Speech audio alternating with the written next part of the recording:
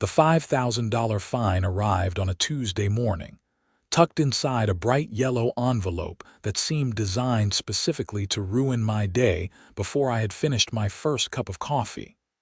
I stood on my front porch in Asheville, North Carolina, staring at the notice with genuine disbelief. According to the document, I had violated Section 12.7 of the Meadowbrook Hills Homeowners Association bylaws by maintaining unsightly accumulations of organic debris that negatively impact the aesthetic value of the community. In plain English, they were fining me $5,000 for having too many autumn leaves on my property.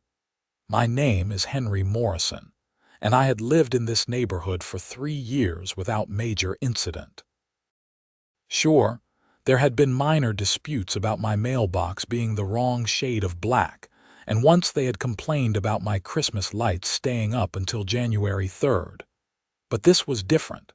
This was insane. I walked back inside and called my neighbor Frank, who had lived in Meadowbrook Hills for 15 years. He picked up on the third ring. "They got you too?" he asked before I could even explain.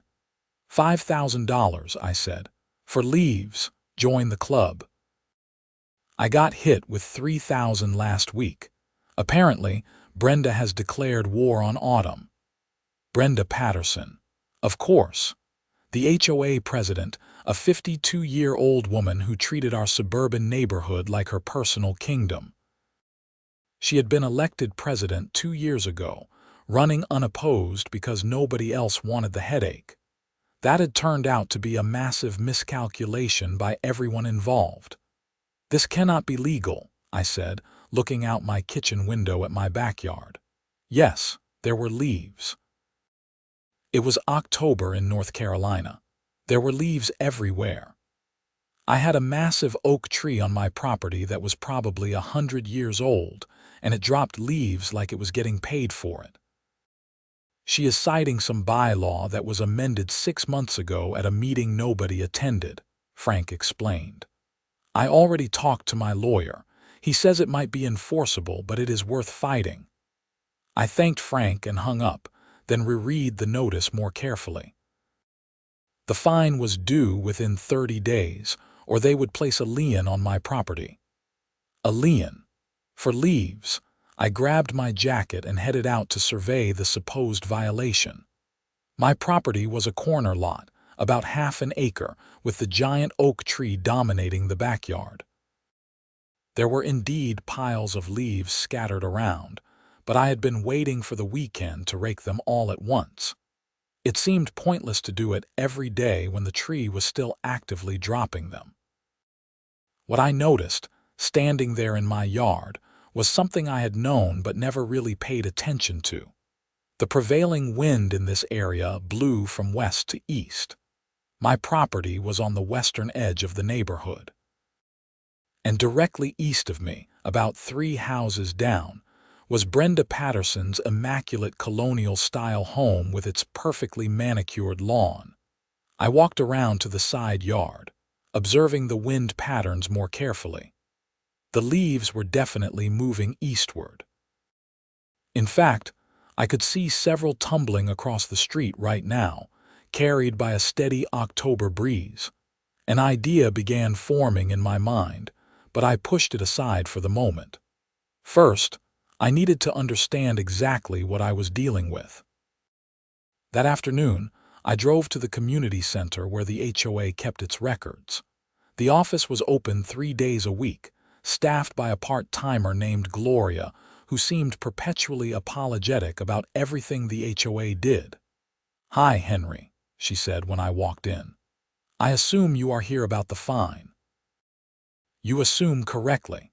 I want to see the bylaw I supposedly violated." Gloria pulled up the information on her computer and printed out several pages. I read through them carefully. The amendment had indeed been passed 6 months ago, at a meeting held on a Wednesday afternoon at 2 in the afternoon, a time when most people with jobs could not possibly attend.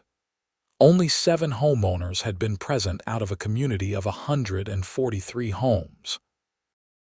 Brenda and her core group of supporters had voted to expand the definition of property violations to include seasonal organic debris when it accumulates beyond reasonable levels for more than 72 hours.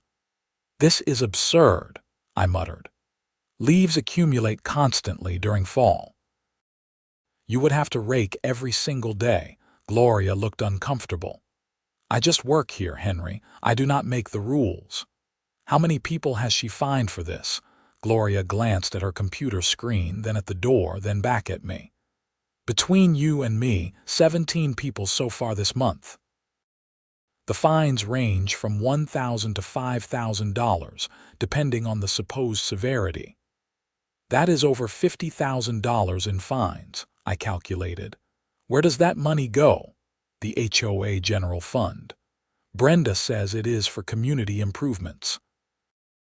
I thanked Gloria and left, my mind racing. $50,000 in 1 month from a clearly predatory enforcement of a bylaw nobody had agreed to. This was beyond simple busybody behavior. This was something else entirely. That evening I knocked on Frank's door. He invited me in, and we sat in his living room discussing the situation. "We need to organize the people she has fined," I said. "This bylaw is unreasonable, and the way it was passed is sketchy at best. With enough people, we can force a recall vote." Frank nodded slowly. "I am in."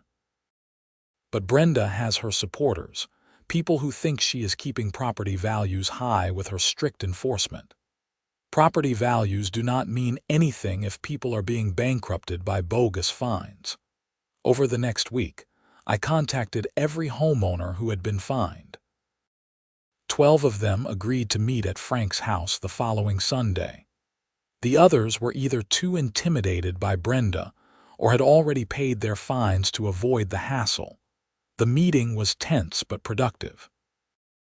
We pooled our resources and hired a lawyer named David Chen, who specialized in HOA disputes.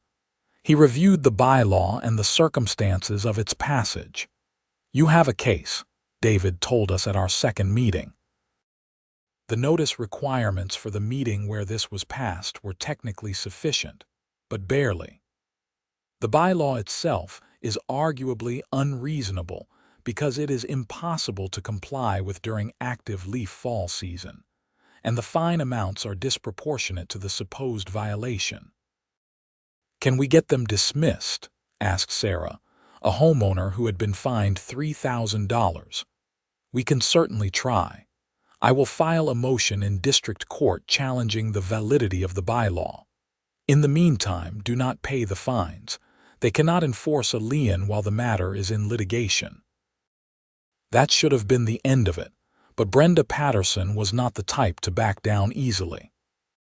3 days after we filed our legal challenge, she held an emergency HOA board meeting and passed a resolution authorizing the HOA to pursue criminal trespassing charges against any homeowner who did not maintain their property to community standards.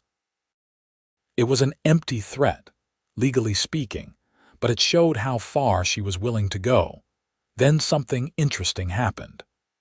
A major windstorm blew through Asheville in late October, one of those fast-moving systems that brings sustained winds of 30 to 40 miles per hour. I watched from my window as leaves from my oak tree, along with leaves from several other properties on the western side of the neighborhood, went airborne. They did not just drift gently to the ground. They flew, carried by the powerful wind, and deposited themselves across the entire eastern section of Meadowbrook Hills. The next morning, I took a walk through the neighborhood. My property actually looked relatively clear. The wind had stripped most of the accumulated leaves and carried them away. Meanwhile, properties on the east side were buried under massive piles of leaves that had blown in from elsewhere. Brenda Patterson's house looked like a leaf bomb had exploded on her front lawn. There were leaves everywhere, piled against her porch, covering her sidewalk, and scattered across her driveway. Her meticulously maintained flower beds were completely hidden. I stood across the street, watching as she came outside in her bathrobe, coffee mug in hand. The moment she saw the state of her yard, she froze. Then she started screaming. "Who did this? Which one of you did this?" I walked over slowly. "Good morning, Brenda. Rough night," she whirled on me. This is your fault. These leaves came from your tree." "Did they? How can you tell?" "I know they did. That oak tree is a menace. You need to cut it down." I shook my head. "The tree predates the neighborhood and is protected under North Carolina law. I cannot cut it down even if I wanted to. Besides, I do not control where the wind blows." Her face turned an impressive shade of red. "You are in violation of the bylaws. Actually, my property is pretty clean right now. The wind took care of it. Looks like the leaves all ended up over here, though. That is unfortunate. You think this is funny? I think it is ironic. You fined me $5,000 for leaves that, as it turns out, were always going to end up on your property anyway because of the prevailing wind patterns. Geography is not really your strong suit, is it?" she sputtered, unable to form a coherent response. I walked away, feeling satisfied but knowing this was not over. That afternoon, I received another notice from the HOA. This one was not a fine. It was a demand that I remove my oak tree within 60 days or face daily fines of $500. I called David immediately. "She wants me to cut down the tree." "She cannot make you do that," David said. "Protected tree laws in North Carolina are very clear. If the tree predates development, which yours obviously does, it cannot be removed without approval from the county and proof that it poses an imminent danger to structures or people." So what do? We add this to our complaint. This is harassment now, clear as day. Document everything. I started keeping meticulous records. I photographed my property daily, noting the accumulation of leaves and the wind direction. I researched weather patterns for the area and found historical data showing that prevailing winds in Asheville consistently blew from west to east, especially during fall months. More interestingly, I discovered something else. I went to the county recorder's office and pulled up property records for Brenda Patterson's home. She had purchased it 4 years ago for $420,000. According to recent tax assessments, it was now valued at $480,000, a reasonable appreciation. But when I looked at HOA financial records, which were technically public documents, I found something strange. The HOA had spent nearly $200,000 in the past 18 months on various projects, most of them contracted to a company called Patterson Property Services. I looked up Patterson Property Services. The owner was listed as Richard Patterson, Brenda's husband. "Oh, you have got to be kidding me," I muttered. I dug deeper. The projects included landscaping, painting the community center, resurfacing the pool area, and various other maintenance tasks. Some of them were legitimate expenses. But $200,000 seemed excessive for a neighborhood of our size, and the fact that it was all going to her husband's company raised serious red flags. I took my findings to David. He reviewed everything with the careful attention of someone who smelled blood in the water. "This is very interesting," he said. "If she is directing HOA funds to her husband's company without competitive bidding or disclosure of the conflict of interest, that could be embezzlement or fraud. At minimum, it is a serious breach of fiduciary duty. Can we use this? We need to file a complaint with the state attorney general's office. This is exactly the kind of HOA corruption they investigate." I filed the complaint that week, providing all my documentation. I also shared my findings with the other homeowners who had been fined. Word spread quickly through the neighborhood. Within days, Brenda was facing a different kind of storm than the one that had dumped leaves on her lawn. An emergency HOA meeting was called, this time by homeowners demanding answers. I had never seen the community center so packed. Every seat was filled with people standing along the walls. Brenda stood at the front, flanked by her two board allies, Patricia and Maureen. She looked defiant but nervous. "I have called this meeting to address the baseless accusations being spread by certain disgruntled members of this community," she began. "Baseless," shouted Frank. "You have been funneling HOA money to your husband's company. All expenditures were approved by the board and were for legitimate community needs. Without competitive bidding," I called out, "and without disclosing that Patterson Property Services is owned by your husband. That is illegal, Brenda." The room erupted in angry voices. People were shouting questions, demanding to see financial records, calling for her resignation. Brenda banged her gavel, trying to restore order.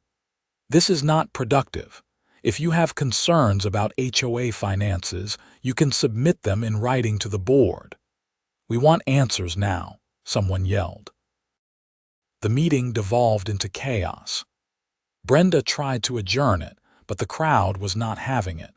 People demanded an immediate vote of no confidence. Technically, that required following certain procedures, but the mood in the room made it clear that Brenda's days as HOA president were numbered. As the meeting finally broke up with nothing resolved but everything changed, I noticed a man in a dark suit standing near the back. He had been taking notes throughout. As people filed out, he approached me. "Henry Morrison," he asked. "That is me." He showed me credentials. "Special Agent Marcus Webb, North Carolina State Bureau of Investigation. I understand you filed a complaint with the Attorney General's office regarding HOA financial irregularities." "I did. We would like to talk to you." "We have been receiving complaints about Meadowbrook Hills HOA for several months now. Your documentation might be exactly what we need." We agreed to meet the following day at a coffee shop in downtown Asheville.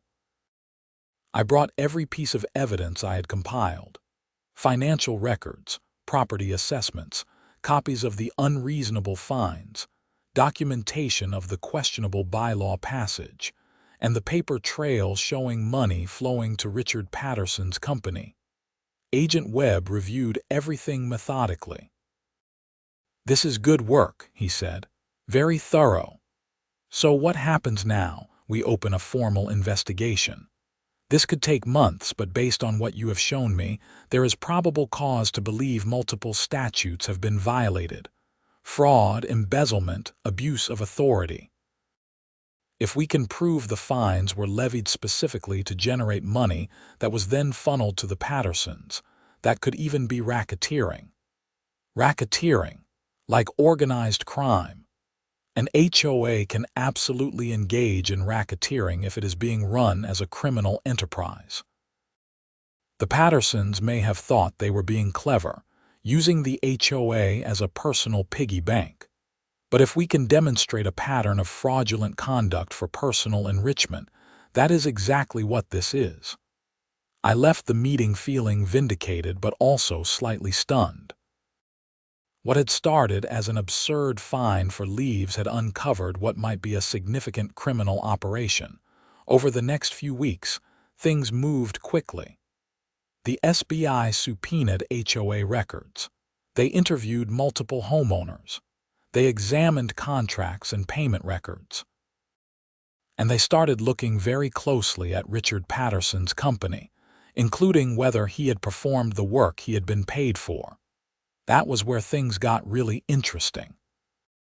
Several of the projects that Patterson Property Services had supposedly completed were either never done or were done so poorly as to be essentially worthless. The pool resurfacing, for example, had cost $45,000 according to HOA records. But when investigators examined the pool, they found that only minimal work had been done, certainly not worth anywhere near that amount. The community center painting was another red flag. The HOA had paid $32,000 for it, but multiple contractors estimated the job should have cost no more than $8,000, materials included. It was becoming clear that the Pattersons had been systematically defrauding the HOA for years. Meanwhile, the legal challenge to the leaf fines was proceeding through court. David filed a comprehensive motion arguing that the bylaw was unreasonably vague, impossible to comply with, and had been passed without proper community input. He included my weather documentation showing that leaf accumulation was a natural phenomenon in the area, and that the prevailing winds meant that leaves from western properties would inevitably end up on eastern properties. The judge scheduled a hearing for early December. By then, the neighborhood was in full revolt against Brenda. Several board members had resigned, not wanting to be associated with the investigation. Brenda clung to her position, insisting she had done nothing wrong, but fewer and fewer people believed her. The hearing was held in a small courtroom in downtown Asheville. David presented our case, bringing weather experts and arborists who testified about the oak tree, the natural leaf fall cycle, and wind patterns. He showed photographs of my property and others, demonstrating that compliance with the bylaw during peak autumn season would require raking multiple times per day, every day, for weeks. The HOA's lawyer, a nervous young man who clearly realized he was on the losing side, argued that communities had the right to set aesthetic standards and that the bylaws gave the HOA broad enforcement authority. Judge Martha Hendricks listened to both sides and then asked the HOA lawyer a pointed question. "Counsel, if leaves from one property blow onto another property due to prevailing winds, which property owner is responsible for removing them under your bylaw?" The lawyer hesitated. "The property where the leaves accumulate, Your Honor. So if Mr. Morrison's leaves blow onto Miss Patterson's property, she would be responsible for cleaning them up, correct?" "I suppose so, yes."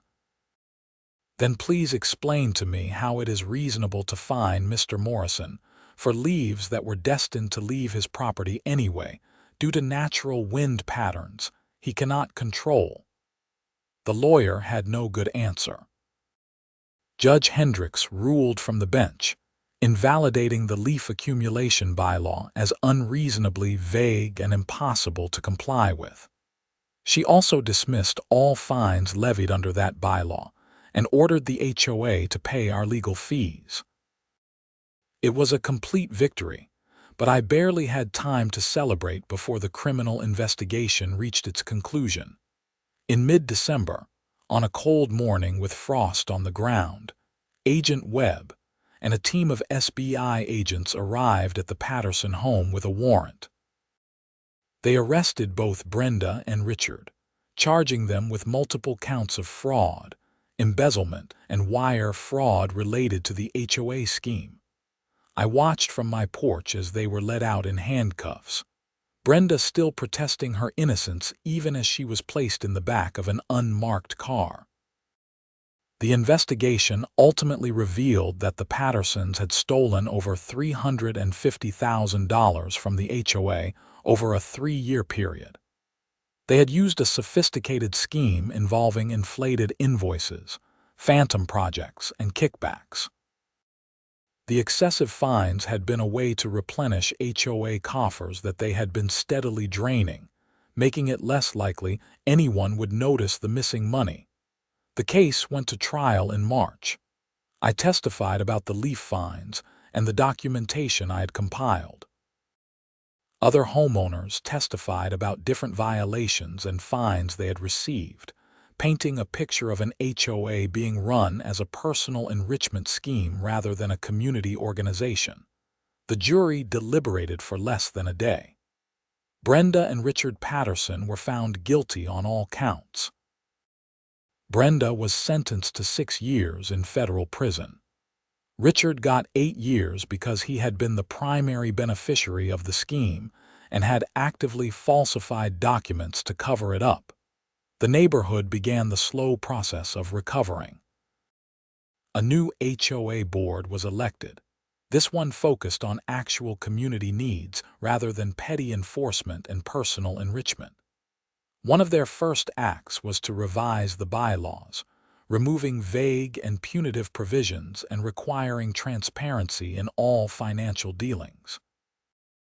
The money the Pattersons had stolen was never fully recovered, but some assets were seized and returned to the HOA. It was not everything, but it was something. As for my oak tree, it still stands in my backyard, dropping leaves every autumn just as it has for the past century.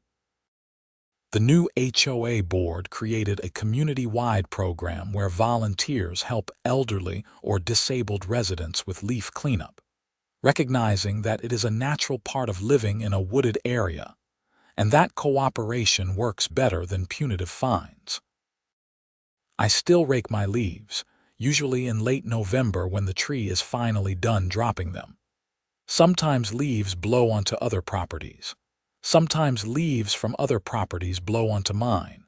Nobody worries about it anymore because that is just how wind works. On a Saturday in late November, nearly a year after the whole saga began, I was raking leaves when Frank walked over with 2 beers. We sat on my porch, looking out at the neighborhood. "You know what the funniest thing about all this is?" Frank said. "What is that?" "Brenda could have just let it go. If she had not come after you with that ridiculous fine, none of this would have come out. She would probably still be stealing and nobody would have known." I thought about that. He was right. The $5,000 fine for leaves had been the thread that, when pulled, unraveled the entire scheme. If Brenda had been just a little less greedy, a little less petty, she might have gotten away with it for years. "Pride comes before a fall," I said. "Or in this case, autumn comes before a fall." I groaned at the pun, but I was smiling. The whole experience had been stressful, expensive, and time-consuming. But in the end, justice had been served. A corrupt HOA president was in prison, and our neighborhood was better for it. The leaves continued to fall, carried by the wind from west to east, just as they always had and always would. But now they were just leaves, not ammunition in someone's personal war, not evidence in a criminal scheme. Just leaves, returning to the earth where they belonged. As winter approached and the oak tree finally stood bare, I looked forward to spring when it would bloom again, providing shade and beauty for another season. The tree had outlasted Brenda Patterson's reign of terror, just as it had outlasted countless other events in its long life. There was something comforting about that permanence, that natural persistence in the face of human foolishness. I finished my beer and went back to raking, not because I had to, but because I wanted a clear yard for winter. The difference mattered. The choice mattered. And that was something Brenda Patterson had never understood. The sun set early these days, casting long shadows across the neighborhood. In those shadows, I could see neighbors helping each other with yard work, kids playing in piles of leaves that nobody was getting fined for, and a community slowly healing from the damage one person's greed had caused. It had been a strange journey from that first yellow envelope to watching handcuffs being put on an HOA president. But it had also been a reminder that sometimes standing up to bullies, even bureaucratic ones armed with bylaws and fine schedules, was worth the effort. Sometimes the little guy won. Sometimes the wind, literal or metaphorical, blew in exactly the right direction. And sometimes karma really was just a matter of waiting for autumn and letting nature take its course. The wind had always been blowing from west to east. Brenda just never paid attention until it was too late. I raked the last of the leaves into bags, marking the end of another season and the end of a chapter in our neighborhood's history. Tomorrow the weather forecast called for wind, and I smiled knowing that somewhere out there, leaves would blow where they would blow, and that was perfectly fine. The HOA board's new philosophy was simple. Focus on real problems, treat people fairly, and remember that we were all neighbors first and homeowners association members second. It should have been obvious from the start, but sometimes people needed to learn lessons the hard way. As I carried the last bag of leaves to the curb, I noticed a car slowing down in front of my house. A young couple got out, looking at the for sale sign 3 houses down. They walked around, taking in the neighborhood, pointing at various features and talking excitedly. I wondered if they knew about the HOA drama that had unfolded here. Probably not. The news coverage had been brief, mostly local. Future residents would just see a quiet suburban neighborhood with mature trees and well-maintained homes. They would not know about the corruption that had been uncovered, the arrests that had been made, the system that had been reformed. Maybe that was fine. Every place had its history, its scandals, its moments of crisis and resolution. What mattered was what you built afterwards. The young couple looked over at me and waved. I waved back, then went inside to wash up. Through the kitchen window, I could see my oak tree, bare branches reaching toward a darkening sky, waiting patiently for spring. It would still be there long after I was gone, dropping leaves that would blow wherever the wind took them. And nobody, absolutely nobody, would be fining anyone $5,000 for it. The end of the whole ordeal brought with it a strange sense of peace. The neighborhood felt different now, lighter somehow, as if a weight had been lifted. People were friendlier, more willing to chat across property lines, more likely to help each other out with yard work or snow removal. The following spring, the HOA organized a community barbecue, the first one in years. Nearly everyone attended. We grilled burgers and hot dogs, kids ran around playing tag, and for a few hours we were just neighbors enjoying a sunny afternoon together. Gloria, who had continued working at the HOA office under the new board, came up to me with a plate of potato salad. "You know, Henry, I wanted to thank you." "For what?" "For having the courage to push back. I knew something was wrong, but I did not know how to prove it."